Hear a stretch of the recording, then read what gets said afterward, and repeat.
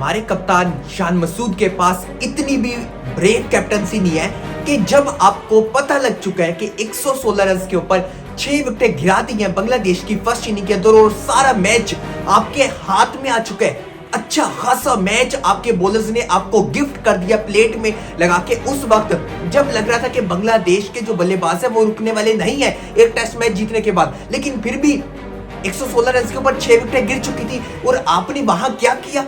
आप अंदाजा लगा लें इस बात से कि 6 विकेट गिरने के बाद भी हमारे कप्तान शान मसूद ने की कैप्टनसी आप ये देख लें कि जो फील्डर्स थे वो सिर्फ और सिर्फ बाउंड्रीज के ऊपर मौजूद थे, वो सिर्फ चौका रोकने के ऊपर या छक्का रोकने के ऊपर खड़े थे, अंदर कोई लाया ही नहीं गया। आप पिच की तरफ लेकर आए, क्लोज करे बैट्समैन के, उसके ऊपर प्रेशर डाले, वहां से आप मोमेंटम ले, 150 रन के ऊपर पूरी टीम बोल्ड आउट करे, लेकिन शान मसूद ने ऐसा बिल्कुल भी नहीं किया। फील्डर्स को रखा दूर और वो आराम से वहां उस सिचुएशन से 116 रन से आप अंदाजा लगा ले कि 278 रन बांग्लादेश फर्स्ट इनिंग के अंदर लगाता है। 278 रन 116 से लेके 278 तक, और वो भी सिर्फ और सिर्फ 4, वो भी जो कि टेलेंडर्स थे, जो कि बॉलर्स थे, उनके सामने स्कोर खा लेता है। और इसके अंदर सबसे बड़ी जो मेन गलती वो ये कि 190 रन के ऊपर 7 विकेटें डाउन थी और वहां आपको लिटन दास का चांस मिलता है। 52 रन के ऊपर लिटन दास उस वक्त मौजूद थे, 190 रन के ऊपर 7 विकेटें गिर चुकी थी, 61.1 ओवर्स की बॉल थी,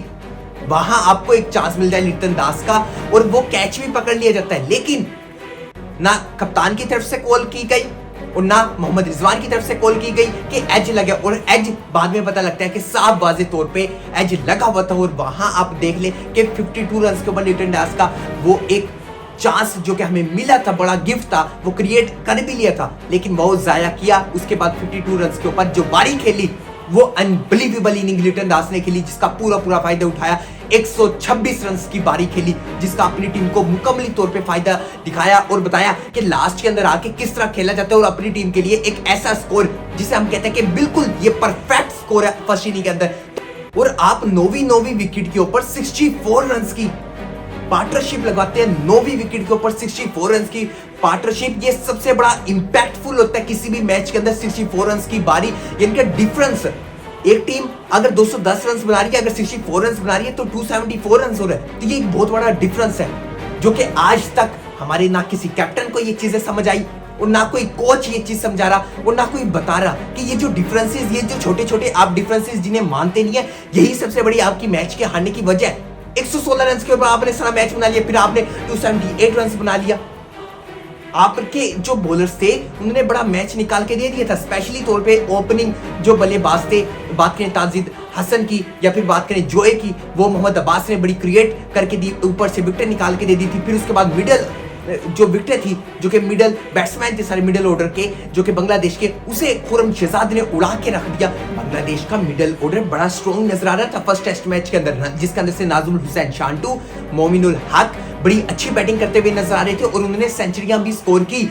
और फिर मुशफिक और रहीम की बात कर ली तो ये जो बल्लेबाज थे बड़ी अच्छी बैटिंग कर रहे थे, जो कि हमें विकेट मिल चुकी थी। फिर हम इन चीजों को जब गलतियां नहीं मारते तो ये वजह बनती है हमारी मैच हारने की। नीचे से खुरम शहजाद की बात करें, जिस तरह विकेट दिला कर दी, मिडल ऑर्डर के जितने बैट्समैन थे बांग्लादेश के उड़ा के उन्हें रख दिया और बताया कि हाँ एक ऐसा बॉलर है, तगड़ा बॉलर है जो कि आपके अगेंस्ट बॉलिंग कर सकता है। 81 रन खाई, 4 विकेट हासिल की और बड़ी अच्छी बॉलिंग करवाते नजर आए। स्पेशली मोमिनुल हक को जो बॉल किया, जो इन स्विंगिंग बॉल आया, वो तो शाहीन अफरीदी कभी भी करवा ही नहीं सकते जिस तरह इन स्विंगिंग बॉल करवा के दिखाया।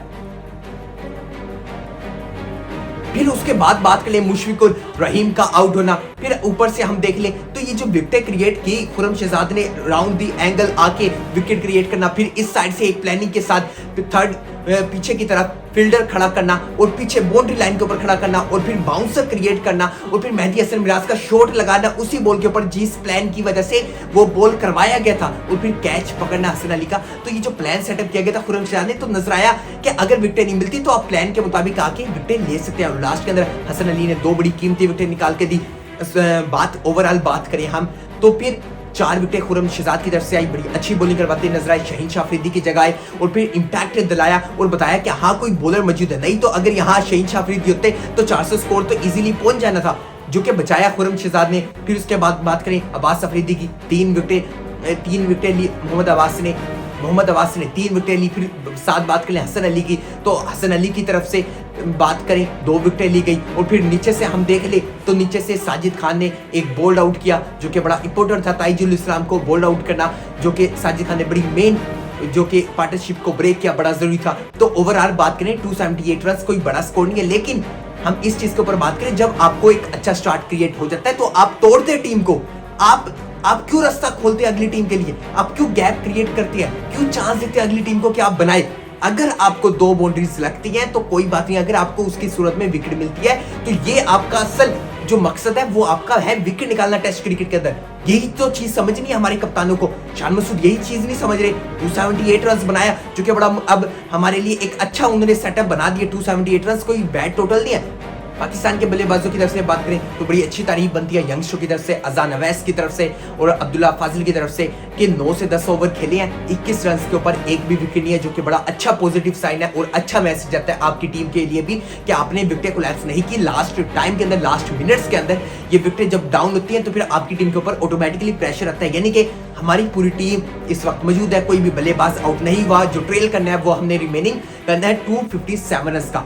अब ये चीज हमने माइंड के अंदर बिठा लेनी है कि 100 रन की जब तक हम लीड नहीं निकालेंगे इस फर्स्ट इनिंग के अंदर, आपके पास उस वक्त तक मैच नहीं आ सकता। 100 रन की लीड निकालना आपके लिए बड़ा इंपॉर्टेंट है, क्योंकि बांग्लादेश आपको फंसा देगा। बांग्लादेश आपको टारगेट अगर दे भी देगा 250 रन का भी, तो आप फिर भी फंस जाएंगे। ये हमारी सूरत हाल है। बांग्लादेश अगर हमें 250 रन का भी टारगेट देगा तो आप बांग्लादेश को ऐसे स्कोर के ऊपर लेके जाएं जो कि हम चेज भी कर सके, क्योंकि हमें पाकिस्तान की चौथी बात करें सेकंड इनिंग और यानी कि चौथी इनिंग जब पाकिस्तान बैटिंग करेगा, हमें कोई यकीन नहीं है कि पाकिस्तान 200 से ऊपर भी चेस कर सकेगा। पाकिस्तान की एक विकेट गिरती है तो कोलैप्स स्टार्ट हो जाती है। ये पाकिस्तान की हिस्ट्री रही है। तो हम ये कहना चाहेंगे कि 100 से 150 रन की आप लीड निकालें, फर्स्ट इनिंग के अंदर अच्छी बैटिंग करें, क्योंकि फर्स्ट इनिंग के अंदर आपके ऊपर कोई भी प्रेशर नहीं है। फर्स्ट ऑफ ऑल तो हम यंगस्टर्स से रिक्वेस्ट करेंगे कि आप पार्टनरशिप को बिल्ड करें, 100 से 150 रन की पाकिस्तान को अच्छा स्टार्ट दे, जिसके बाद हमारे बल्लेबाज कुछ कर पाए। और बाबर आजम आ चुके हैं, तो ये एक बड़ी खुशखबरी की बात है। मिलता हूँ आपसे अगली वीडियो में, तब तक के लिए।